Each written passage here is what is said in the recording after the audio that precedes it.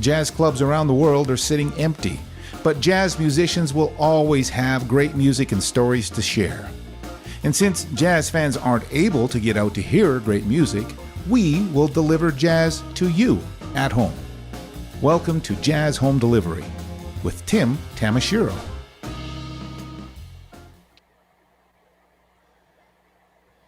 Hello, friends. Tim Tamashiro here with you for Jazz Home Delivery. This is the show where we find wonderful jazz musicians who are at home, and we bring them to you at home. It's kind of like our answer to COVID, so that you don't miss out on your jazz activities while you're at home, not able to go out and experience live music. My name's Tim Tamashiro. Very, very happy to be here with you for this show. This is day 27 out of 28 as part of the TD JazzYYC International Jazz Days. Boy, what a good time this virtual festival has been. And tonight is just going to expand on the good times because we have two friends joining us. One from Montreal, Deanne Matley, is joining us from her spot in Montreal. And Tara Hazelton is joining us from her spot in Crow's Nest Pass. I'm going to put us all on the screen right now. Give us a wave, friends. Nice to see you. Deanne, this will not be a mime show, just there so everybody knows. This is, they can really talk. Deanne is in Montreal. How was your day in Montreal today? Friggin' hot, 32 degrees. Whoa! Yeah, I'm a little sweltery, not gonna lie, but hey, it's hot, baby. 32 degrees in Montreal today. I'm a little bit jealous, but that's okay. But it's also humid in Montreal, though, too, yes, right? Sir. Mm-hmm. Okay. Strengthen the skin, though. Mm-hmm. My hair would go like frizzy. I get it. I get it.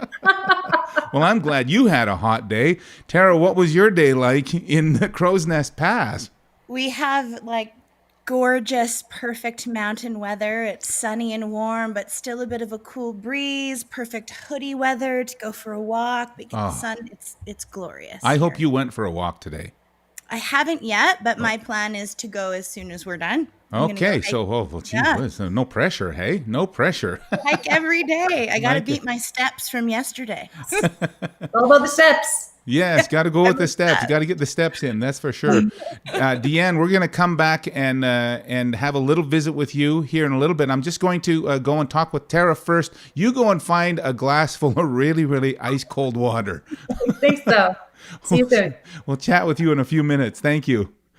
Tara, it's so great to see you. Thank you for being here with us on Jazz Home Delivery. Thank you, Tim, for having me. It's an honor and a pleasure, and I'm so thrilled. As am I. You're at your place that you've been at for 1 month. No, sorry, 1 year and 1 month now. That's right. Officially in the Crow's Nest Pass. Tell us about the Crow's Nest Pass. Well, it is a beautiful community that is comprised of 5 towns. I don't know if they're all towns, maybe a few are hamlets, 5 small places. And it's sort of right on the BC Alberta border, so right in the Rocky Mountains. So I have mountains 360 around me. And yeah, it's an incredible, gorgeous place full of wonderful, kind people and very community oriented and very artistic, to my absolute delight, having moved here after living in downtown Toronto for 20 years and sort of just transplanted here. I was so pleased. There's just a million artists, visual artists, photographers, musicians, singer-songwriters. We have it all here. Plus, waterfalls and lakes and rivers and all minutes away. So.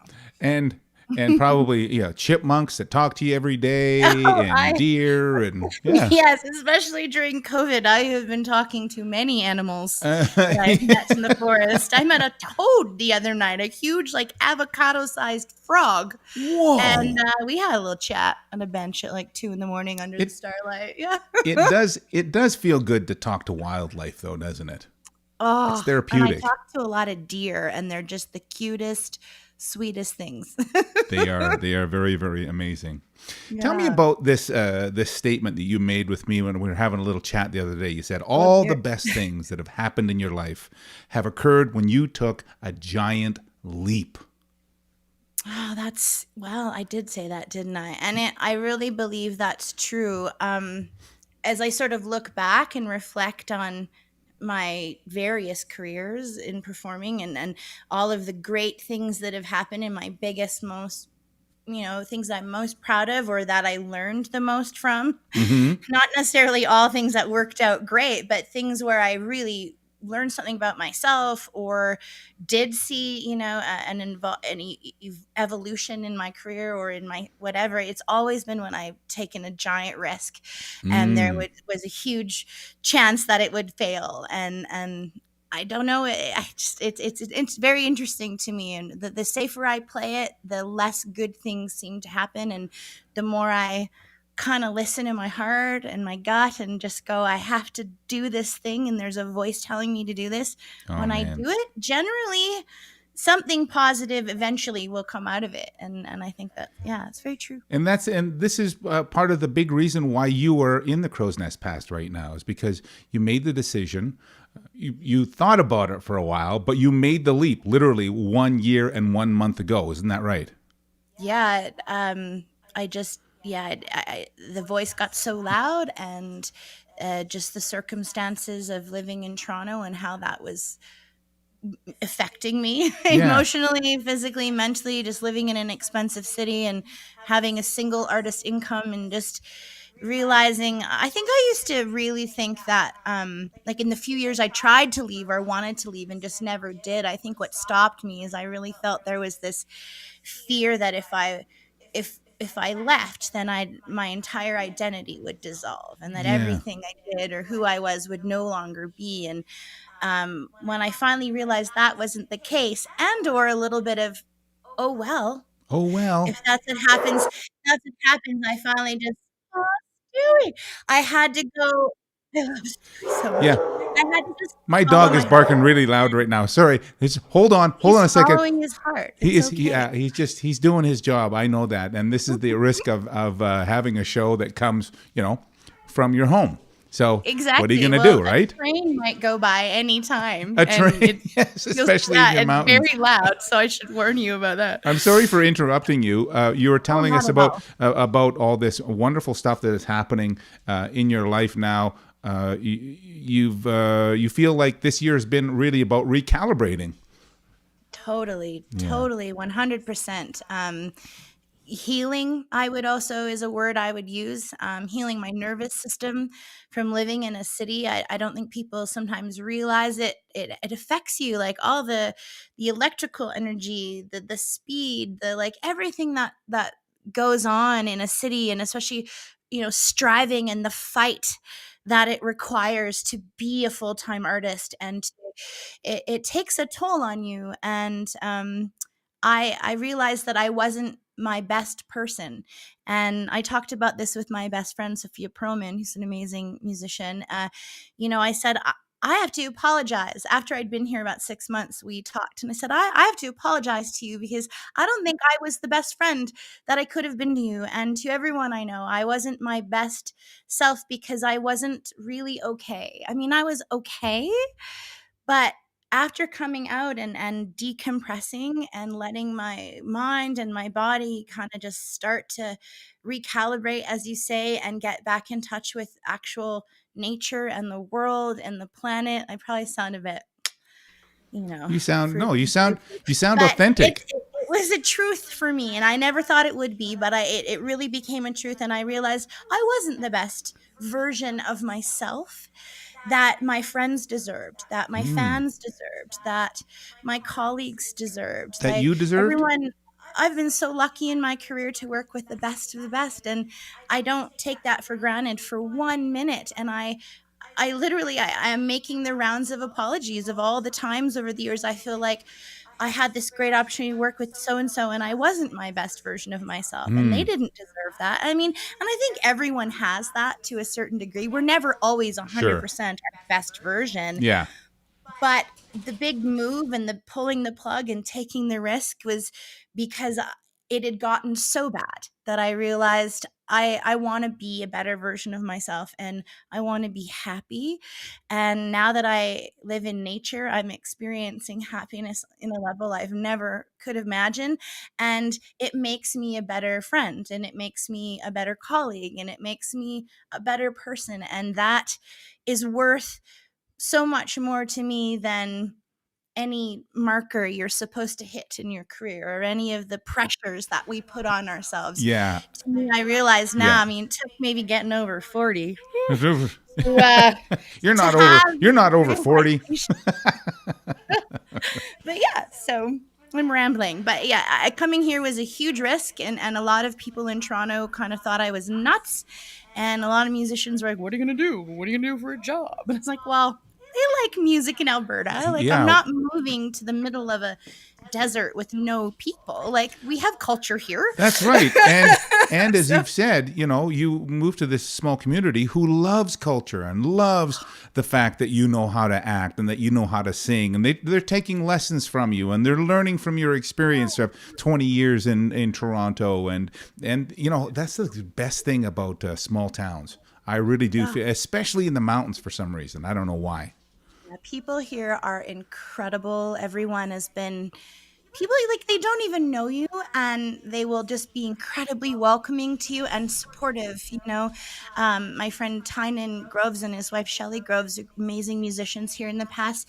You know, they adopted me into their world without even knowing who I was and continue to this day to make sure I'm okay and take care of me. And, you know, strangers will make eye contact with you and say hello to you on the street.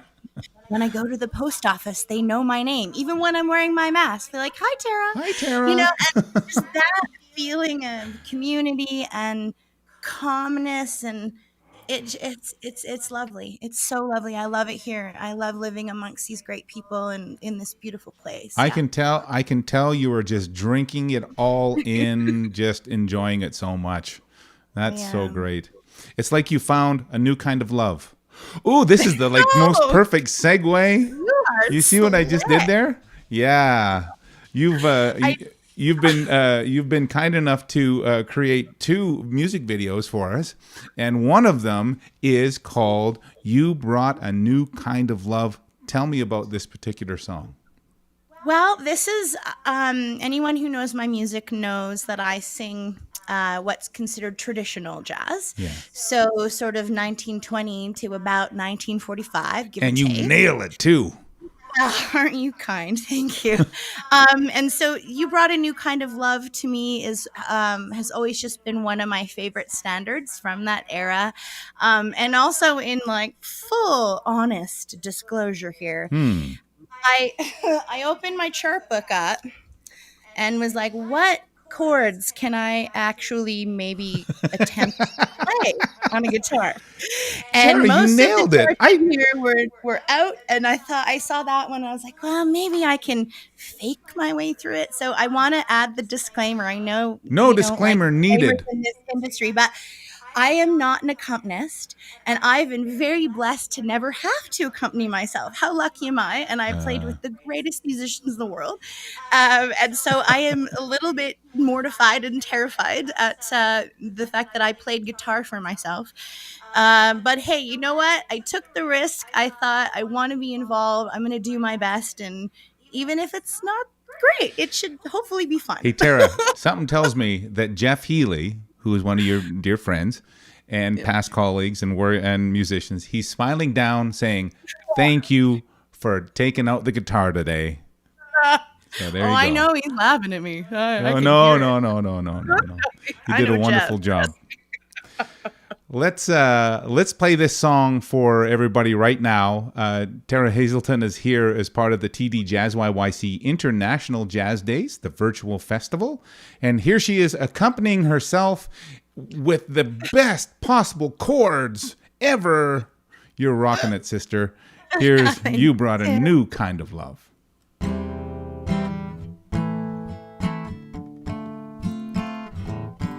And if the nightingale could sing like you, he'd sing much sweeter than it do. You brought a new kind of love to me. And if the Sandman brought me dreams of you, I'd want to sleep my whole life through. You brought a new kind of love to me. I know that I'm a slave, you're a king, still you can understand that underneath it all, well, I'm just a girl and you are only a man. Well, I would work and slave the whole day through if I could hurry home to you. You brought a new kind of love to me.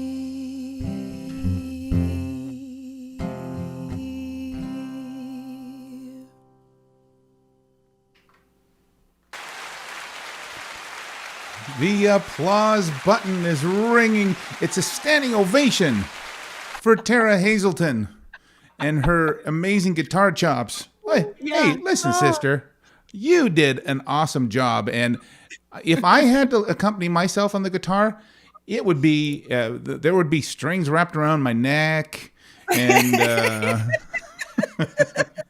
sound beautiful. Oh, thank you, Tim. Thank you. I do really love that song. It's a good song for spring. It's a good song to be Twitter-pated too. And Twitter-pated. That was my mom's word. Like before Twitter existed, if I ever had a crush on someone, she would say, "Oh, you're Twitter-pated." That's a $3 word. I gotta. Yeah. That's an amazing word. Holy cow! Thank you for that, and we got one more coming up. We're really excited about that as well. Small town culture is it's ravenous. I mean, that's the one thing that I love more than anything. I love going to small towns to perform little concerts, and the volunteer base and the people that are there supporting the arts are just the sweetest, most kind, just eager to please. Like they'll cook home meals and everything. Like it's incredible what they'll do. So since you've got to the Crow's Nest Pass, so what have you been doing in the culture world? Well, Tynan and Shelly and I have a little band called Hazy Grove, which is fun for me because I get to play bass in that band. Wow. And we do, a wide variety of genres. Tynan is an amazing jazz guitarist to my absolute delight. So we do some stuff from my book and I play snare, and then we do country and folk tunes. I get to play bass, and Tynan sings and Shelly sings. So there's been that, which is awesome. I'm a painter, so I've been trying to paint. I do portrait commissions, and there's been a few of those since I've been here. And, just there's an art gallery here that is amazing, and so I try to go there when I can, and they always have amazing local stuff and then other stuff. And the thing that I noticed about being in this small town is yes, there's so much arts and culture here. People would not realize it's huge, dripping with it. And that people are appreciative of artists here in a way that it's different from the city. And I'm not saying that people in the city aren't, because of course they are. A city like Toronto, there's a million amazing musicians and theater artists and everyone. But when you get into a place where you can't swing a dead cat without hitting 15 amazing tenor sax players or 18 amazing bassists, like that people, when you come here as an artist, it's like there's this sense of like, thank goodness you're here and welcome, and how can we support you? Like, I don't gig as much as I did in Toronto. I mean, but I actually feel in a lot of ways more supported as an artist. You know, I'm not scrambling to for the same gig as everyone else at the Yeah. same venue, and it's there's like less competitive aspect to it. There's less, which exists, whether people want to admit that or Oh, not. I mean, sure, it's sure. a dog eat dog world in a big city like that, right? And so I just having a break from all that and being around people who are like, "You do what?"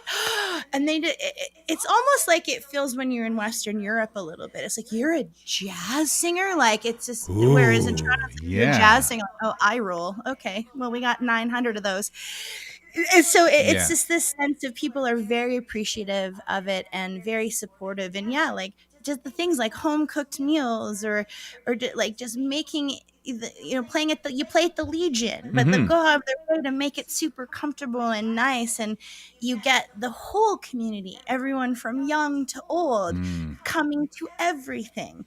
And I've never like my first, I think first month here, I got invited to a square dance, and I was like, "A what? Yeehaw! Sorry, what's that?" And That's there's awesome. a huge fiddle group here, and an orchestra. Canada's oldest running orchestra actually is Crow's Nest Pass, Wow. and so I ended up going to this dance hall, like out on the highway down the road towards the mountain. And like everyone from all the communities and all the towns, everyone was there. Everyone knew each other and they all knew the steps. There was just like squared out, and every musician was like, Wow. "Get up on stage, bring your guitar, bring your fiddle, here's some music." And everyone just got up. I brought my ukulele and I was like thrust on stage in a chair, and suddenly I'm like, and that incredible that I never experienced before in my life, and it's just super fun. It's amazing. I love that. I'm just gonna ask like a really, really big question. Is this the best decision you've ever made? Yes, It has. I can honestly say that from my heart, and not just from, like, yes, it is in so many ways. Too long to talk about. It is the best decision I've ever made. And my fear that I was shooting my careers, both my film and TV and my music career in the foot, have all dissipated. Yeah. And I realized that was just insecurity and fear talking. And as Fear of the artists, we're unknown, right? to those Yeah. feelings. But so now that that's gone, and I realize I've actually done something super awesome in my life, and I live in the exact place I want to live, and then make everything else work around that. Wow. I'm experiencing a sense of joy and happiness and fulfillment in a way that I never have before. So I would have to say yes to that question. That is the best answer that anybody could ever hope for. I'm so glad that that's your answer. And on top of it all, you're climbing mountains. Well, that's my goal. Well, I you're haven't- getting there, though. Not an actual mountain yet, but the first one that I'll attempt will be a mountain the locals call Sasky. So I've essentially training, like I'm hiking every day. Yesterday I did 12 kilometers and 24 floors, or like Yeah. enough elevation that my phone told me I went up 24 floors. So yeah, it's a goal of mine. It's like I live amongst these. I want to get on top of one and see the world from there. So it may take me, who knows, but I'm just going to keep trying until I can do it. You're taking the steps absolutely every day to go and climb a mountain, and that is to be commended. I'm so happy for you. And when you get up on top of that mountain, you make sure that you take a couple of pictures and you go and you put a little thumbs up and you send it to me, because I'm going to be cheering you on the entire time. Sure, I will. I'm already obnoxious with my posting of photos from around here, but No, you're not. Trust me, if I make it to the top of a mountain, everyone's gonna know. This next song that you've prepared for us is a Robert Service poem. Tell us about this particular song and how it came about. Well, my very good friend, who is an amazing actor and improviser and musician, named Jeff Gladstone, who I grew up in Calgary with, but now lives in Vancouver. He was visiting Toronto at one point, and we always hang out and he would jam, and he started to play this tune, and it's just stopped. My whole being just stopped. And it was one of those songs, you'll know this as a singer when you hear it and you're like, I will die. I will not be able to live my life if I don't get to sing this song. And that feeling just like washed over me, and I fell in love because I'm a bit of a dramatic type and I tend to like sad things. I like to wallow. And this poem, it's a Canadian poet, Robert Service, very famous Canadian poet. Jeff took his words and wrote a melody to it, which he's very good at doing. And it moved me so strongly that I begged him to let me record it. Oh, And then wow. he graciously said, yes, you can. So I recorded it on my third record. And it's a beautiful song. And I've been feeling a little lonely going through the COVID lockdown by myself. Yeah. And so I just thought it was a good one to maybe send out to other people who might be by themselves for whatever, we're going close to 70 days now with Ooh. no Yeah. handshakes or hugs or anything. And I just thought maybe this would be something to say, hey, I feel you, not literally, Yes. but to all those people who are I feel what you're feeling. Yeah. That's a Yeah. beautiful sentiment. Thank you very much for sending that out to everybody. Tara Hazelton is here as part of the TD JazzYYC International Jazz Days Virtual Festival. And she is taking a big bite out of this beautiful Robert Service poem, but she's singing it and playing the guitar. Here is The Lure of Little Voices.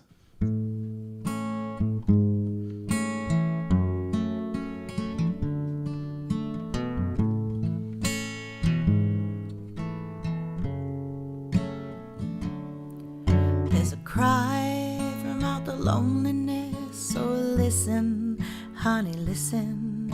Do you hear it? Do you fear it? You're holding me so. You're sobbing in your sleep, dear. Your lashes, how they glisten. Do you hear the little voices all begging me to go? Begging me to leave you. Day and night they're pleading, praying on the north wind, on the west wind, from the peaks and from the plains. Night and day they never leave me. Do you know what they are saying? He was ours before you got him. We want him once again. Yeah, they're haunting me, they're wanting me. The awful lonely places. They're whining and they're whimpering as if each had a soul. They're calling from the wilderness, the vast and godlike spaces, the stark, sullen solitudes that sent to know the pole. They miss my little campfires, ever brightly, bravely gleaming in the womb of desolation. There was never man before. As comradeless I sought them, lion-hearted, loving, dreaming. They hailed me as a comrade and loved me evermore. Now they're hollow crying, there's no use denying. The spell of them's on me. I'm helpless as a child, my heart is aching, aching. I can hear them sleeping, waking, waking. It's the lure of the little voices. It's the mandate of the wild.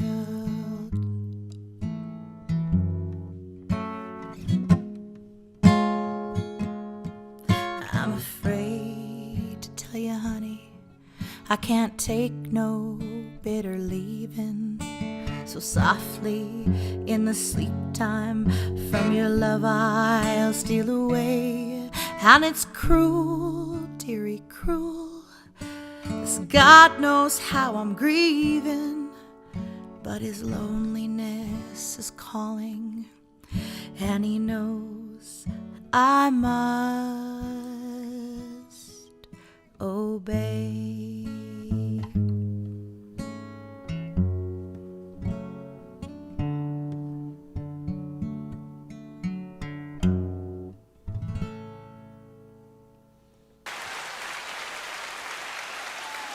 Hooray for Tara Hazelton.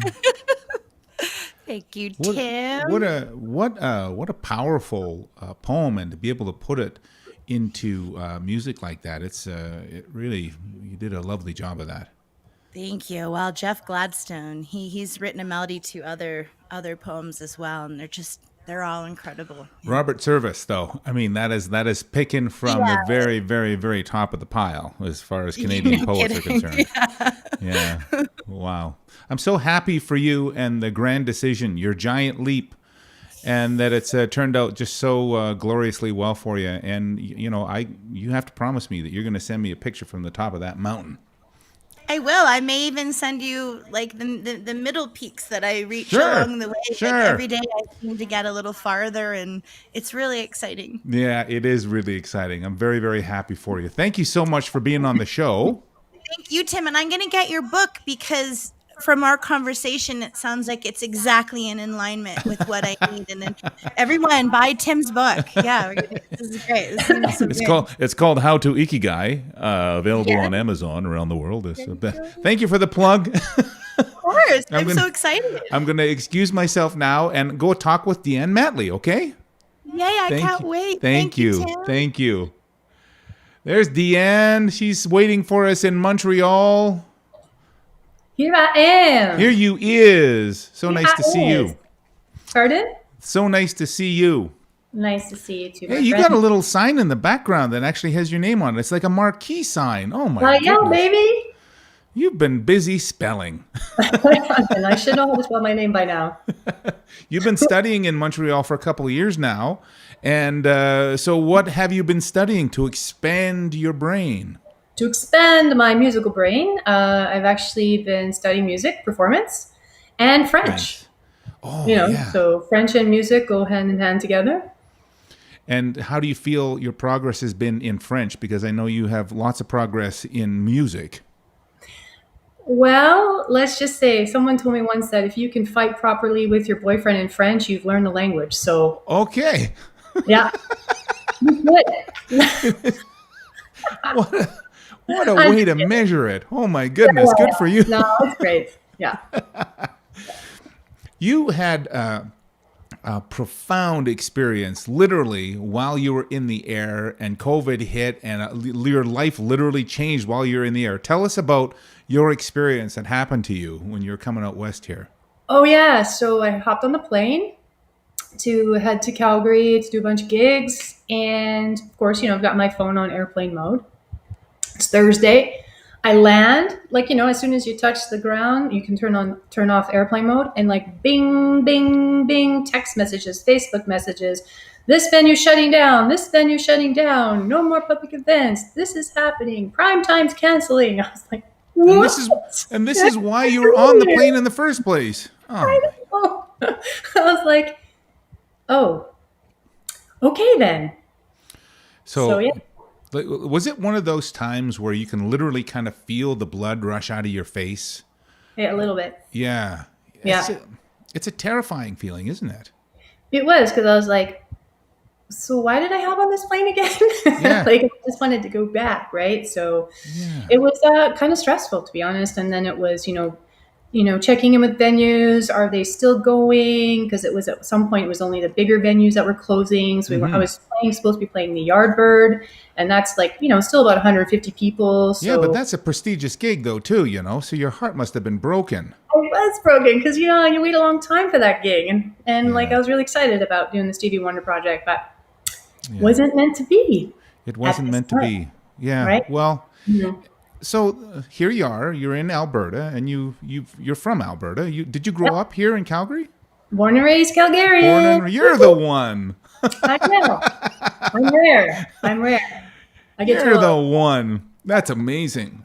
And so, what do? You're literally in the place you grew up in, but you probably have a bunch of stuff. And you had your boyfriend. He's living in Montreal. What was your choice? Well, so when I kind of decided to get my butt out to Montreal, because I recorded my last album here, and I was really digging the city. And so I decided to come out here, spend some more time, go to school. And then I kind of met my guy, and well, that kind of keeps you there most of the time. So so I actually go, big love. Hearts, big hearts. Big hearts for mon cher.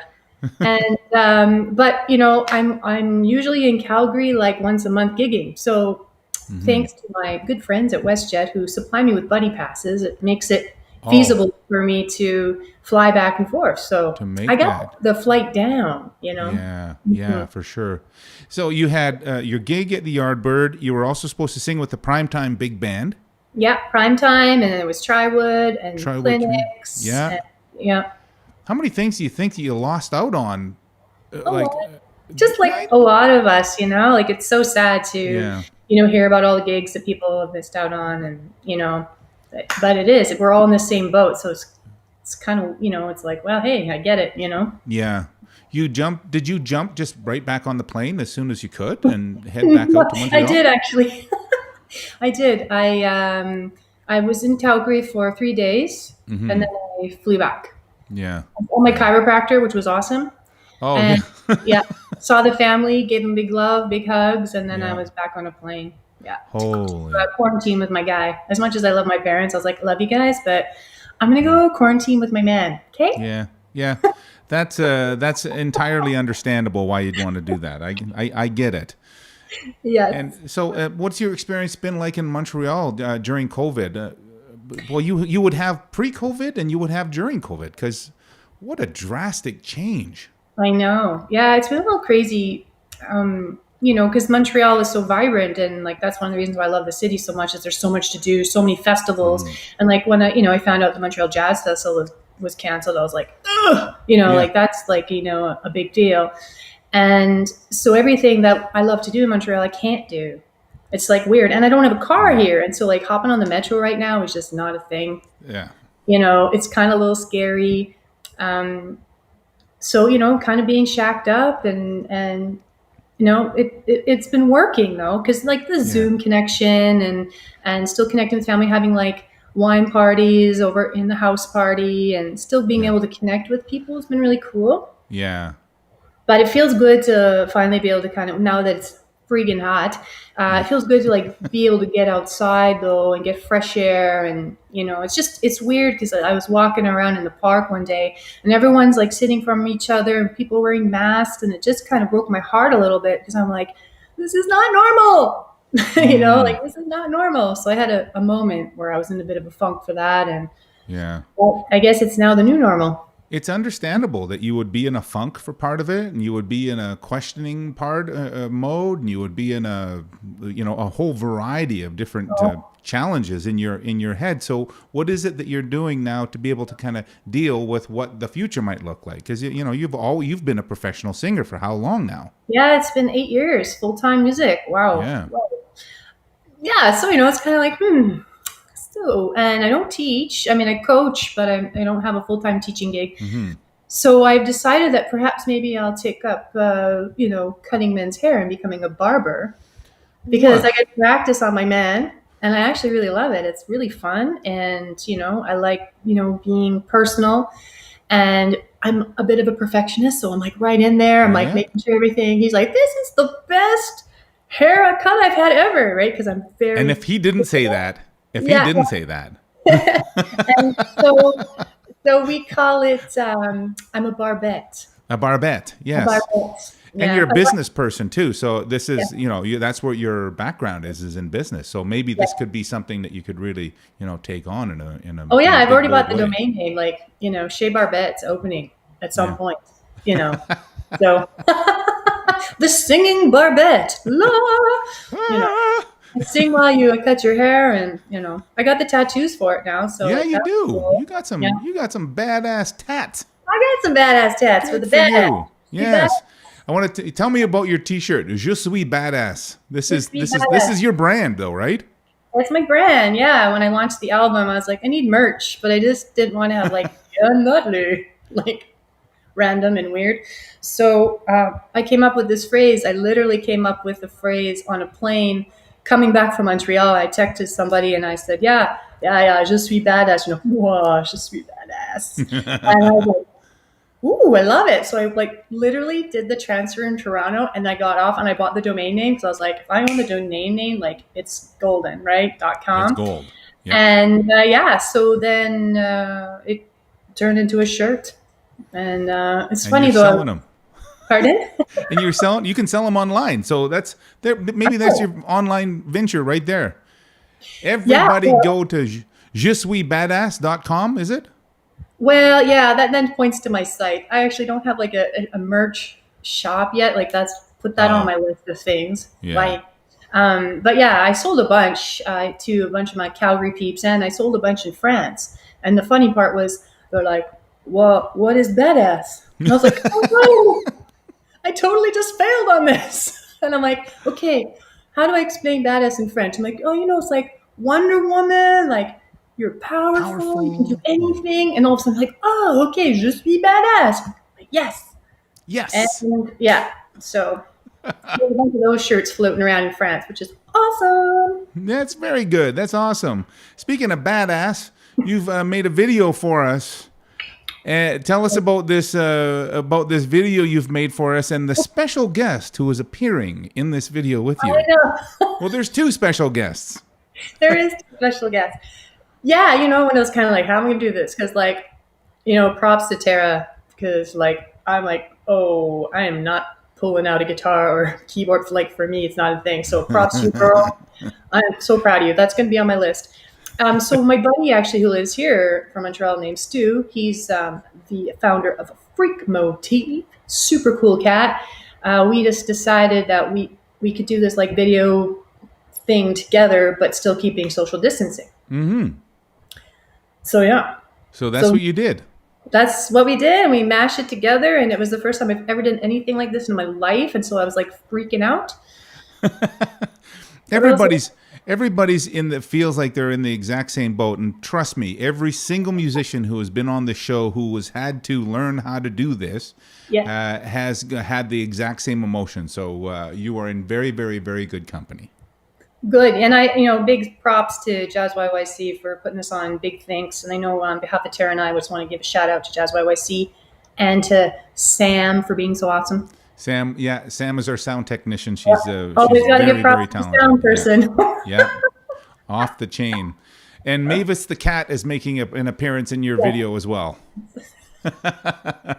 I'm going to play it for everybody now. Deann Matley is here as part of the JazzYYC TD International Jazz Days. We're on day 27 of 28 of the virtual festival, and here is her video featuring your buddy. What's your guitarist name again? Stu. And Mavis the cat, but most importantly, Deann Matley.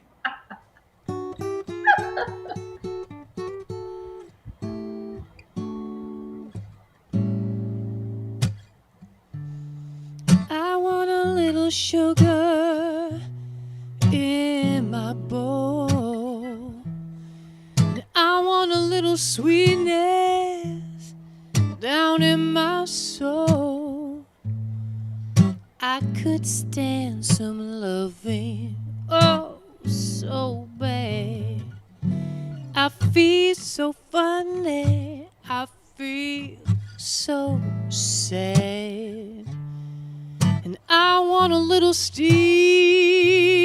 on my clothes. And I like to fix things up so they'll go. What's the matter, Daddy? Come on, save my soul.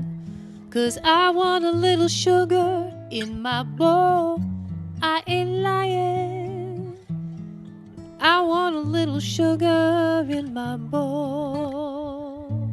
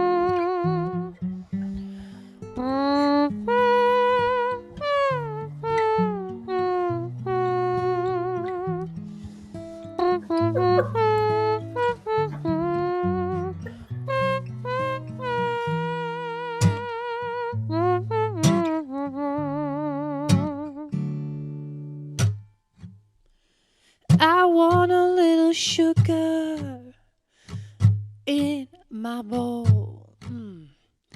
And I want a little sweetness down in my soul. I could stand some loving, oh, so bad. I feel so funny, I feel so sad. And I want a little steam on my clothes. I like to fix men up so they'll go.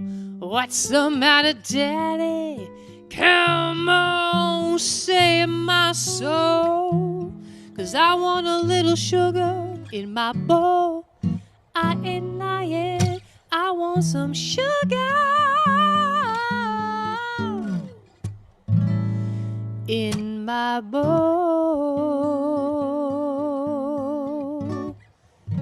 And I'm not talking about a teaspoon.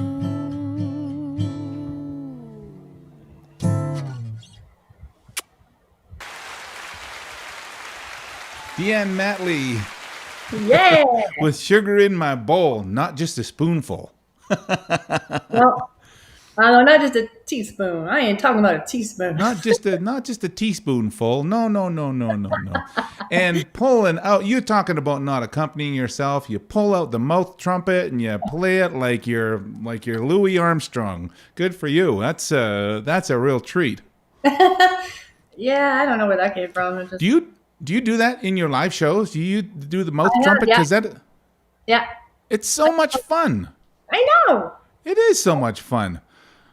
My I mouth like- trumpet just sounds like a real sad trombone. So I appreciate that you can do it.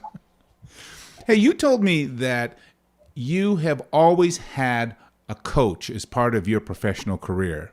Tell me what benefits you get from a coach, because this is really good information. I need to listen. Okay. All right. I've always had a vocal coach ever since I started singing, but through my professional career, because it's very important to. I feel like it's making sure every week I'm getting a tune-up, a check-in, making sure the voice is sounding healthy, making sure I'm not falling into bad habits, working on music. It's exercise for the chords, motivates me to actually work and do warm-ups and stuff on other days, although I'm a little bit slacking right now. I'm not going to lie. Sorry, Jen. But yeah, so, and I'm the kind of person I feel like I can never stop learning. And I always, and I've had different coaches, which has been great. And they've all been instrumental in my career. And they've all taught me some really brilliant things. And it's just good to, find new ones and, receive more, just more, because I want to continue to evolve. Yeah. Yeah. And that feedback, I mean, that's hard lots of the times for artists to be able to, number one, to hear, but number two, especially to act on and to really see it as a beneficial exercise in progress. Well, yeah, they're my ears, right? So normally an audience member is not going to come and be like, yeah, you couldn't, they're not going to critique, not that my coach critiques me, but it is someone that's just constantly listening to me and also encouraging. And sometimes there's the little psychology thrown into the session, not going to lie, to a lot of what am I doing? Oh, no, really? Why am I singing? Yeah, little meltdowns. Totally It normal. happens. It does happen. It does happen. I totally understand. So, what is this? So you have another number, but you're not going to send us a video on this. You're going to perform it live, and this is a medley. Tell me about this. Tell me about this. Oh, I'm so curious. I just thought, why not?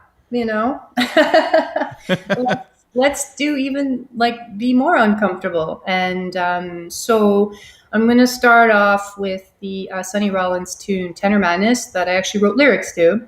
Oh, wow. Yeah. It's that's a fun, a